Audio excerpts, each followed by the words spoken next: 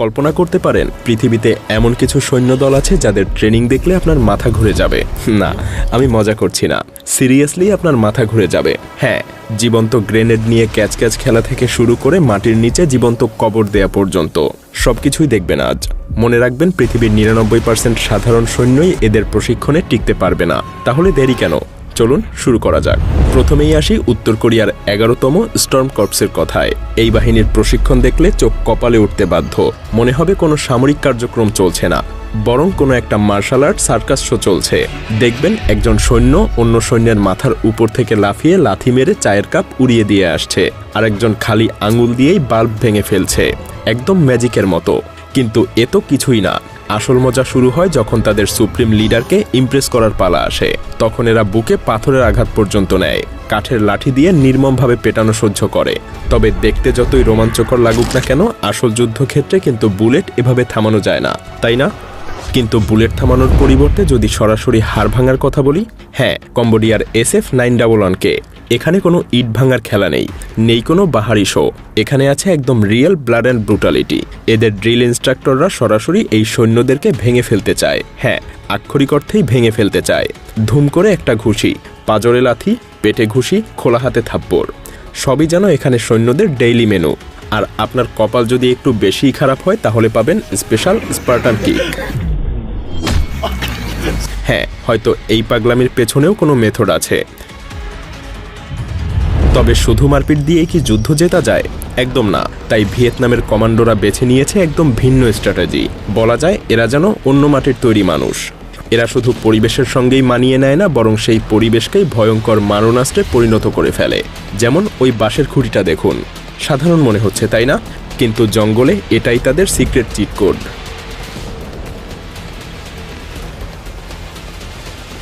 একদম অবিশ্বাস্য, মাথা ঘুরে যাওয়ার মতো ব্যাপার, তাই না? তবে এবার আসছে আসল বিস্ফোরণ। যদি মনে করেন লাঠি দিয়েই সিঁড়ি বানানোটা সবচেয়ে পাগলামি, তবে চীনের স্নো লেপার্ড কমান্ডোদের দেখুন।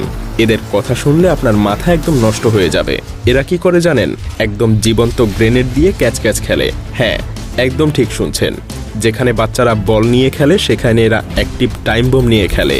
একজন অন্যজনের দিকে ছুঁড়ে মারছে জীবন্ত গ্রেনেড, যেন কোনো খেলনা। কিন্তু না, এটা কোনো বোকামি না। এরা চীনের এলিট কাউন্টার টেরোরিজম ফোর্স। এদের একটাই টার্গেট, চরম চাপের মধ্যেও মাথা বরফের মতো ঠান্ডা রাখা শেখা। ভাবুন তো, যখন অ্যাক্টিভ বোম নিয়ে খেলতে পারবেন, তখন বোম ডিফিউজ করা আর কতটাই বা কঠিন মনে হবে। একদম বাচ্চাদের খেলনা মনে হবে।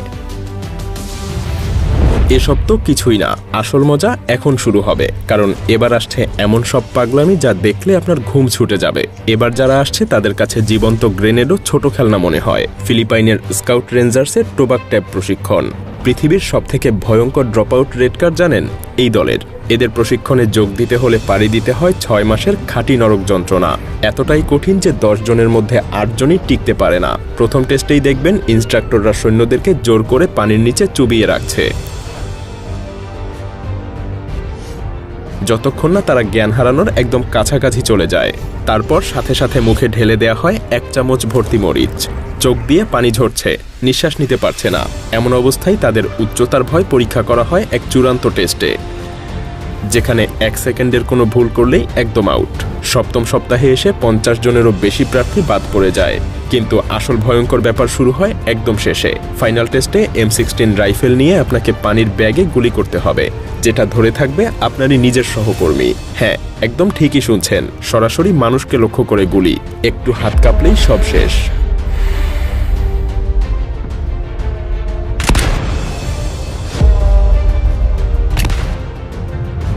কিন্তু 6 মাস যদি বেশি মনে হয়, তাহলে তাইওয়ানের হেলউইক আপনাকে দেখাবে কিভাবে মাত্র 7 দিনেই সব যন্ত্রণা শুষে নেওয়া যায়। এদের ফিনিশ লাইনের নামই হলো রোড টু হেভেন, মানে সরাসরি স্বর্গের রাস্তা। শুরু হয় ভোর 3টায় সবথেকে নৃশংস মর্নিং কল দিয়ে।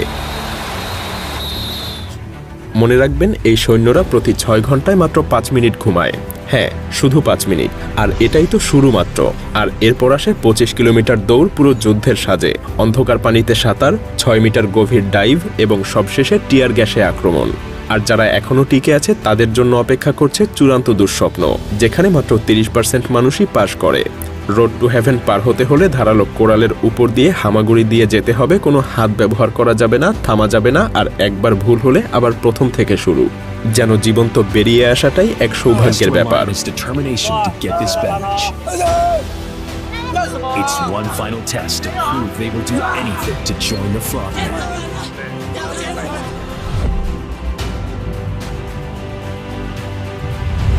তবে শারীরিক যন্ত্রণায় যদি যথেষ্ট না হয় তাহলে দক্ষিণ কোরিয়ার ব্ল্যাক বেল্টদের দেখুন। এদের প্রশিক্ষণ মানে পৃথিবীর সবচাইতে মারাত্মক মানুষদের সাথে তলোয়ার যুদ্ধ। তবে এই যুদ্ধের আগে সৈন্যদেরকে অনাহারে রাখা হয় 5 দিন, আর খাবার চাইলে তাদেরকে আবারও করতে হবে অসংখ্য পুল আপ। 5 লাখ সৈন্যের মধ্যে থেকে মাত্র 5000ই ব্ল্যাক বেল্ট হওয়ার যোগ্যতা পায়। আর এদেরকে দেখবেন নিজেদের সঙ্গীকেই ছুরি দিয়ে আক্রমণ করতে, যাকে বলা যায় পুরোটাই পাগলামি। কিন্তু নিজেদেরকেই আক্রমণ করাটা যদি আপনার কাছে পাগলামো মনে হয় তাহলে 707তম স্পেশাল ফোর্সের মিশন গ্রুপকে কি বলবেন? এরা হলো দক্ষিণ কোরিয়ার নীরব মৃত্যুদূত। আপনি এদের যখন দেখবেন ততক্ষণে আপনার অনেক দেরি হয়ে যাবে। এরা ডেল্টা ফোর্স আর ব্রিটিশ SAS এর আদলে তৈরি। এরা কোনো শব্দ ছাড়াই বিল্ডিংয়ে ঢুকে পড়তে পারে, সার্জিক্যাল নিখুঁততায় শত্রু নিধন করতে পারে, এমনকি হাইজ্যাক্ট গাড়িতেও ঢুকে যেতে পারে। সবচেয়ে পাগলামো হলো এরা উল্টো ঝুলে জানালা দিয়ে ঢুকে যায়, দেয়ালে বিস্ফোরণ ঘটিয়ে নিজেদের পথ তৈরি করে। প্রতিটা অপারেটরই একজন স্নাইপার এবং মার্শাল আর্ট এক্সপার্ট। আর দক্ষিণ কোরিয়ার রেজিকদের দেয়াল ভেঙে ঢোকা তো দূরের কথা, তাদেরকে টপ র্যাঙ্ক পেতে হলে জীবন্ত মাটির নিচে কবর দেয়া হয়। হ্যাঁ, একদম সত্যি কথা। এরা যে কোনো ধরনের যুদ্ধের জন্য তৈরি করে এক মারাত্মক বাহিনী। জিম্মি উদ্ধার, কঠিন পদযাত্রা, এমনকি 20 ঘন্টার সিমুলেটেড ক্যাপচার। আর যখন দিনের পর দিন এই যন্ত্রণায় একদম ভেঙে পড়ে তখনই আসে ফাইনাল টেস্ট, জীবন্ত কবর। মানুষের সহন শক্তির একদম চূড়ান্ত পরীক্ষা। মাটির নিচে শুয়ে থাকতে হয় জীবন্ত অবস্থায়। কত সময় টিকতে পারে সেটাই দেখা হয়।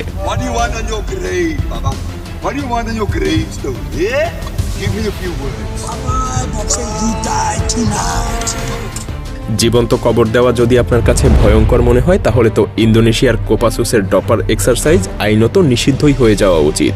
এটা এমন এক পাগলামি যা দেখলে আপনার মাথা খারাপ হয়ে যাবে। হাঁটু পর্যন্ত কাদার মধ্যে দিয়ে হামাগুড়ি দিয়ে যেতে হয়, সীমিত দৃষ্টিশক্তি নিয়ে, আর উপর থেকে বুলেটের বৃষ্টি। হ্যাঁ, একদম লাইভ বুলেট। এবং এটা একবার না, বারবার করতে হয়। উদ্দেশ্য মৃত্যুর ভয়কে একেবারে মেরে ফেলা এবং সত্যিকার গুলির মধ্যে থেকে কাজ করতে শেখা।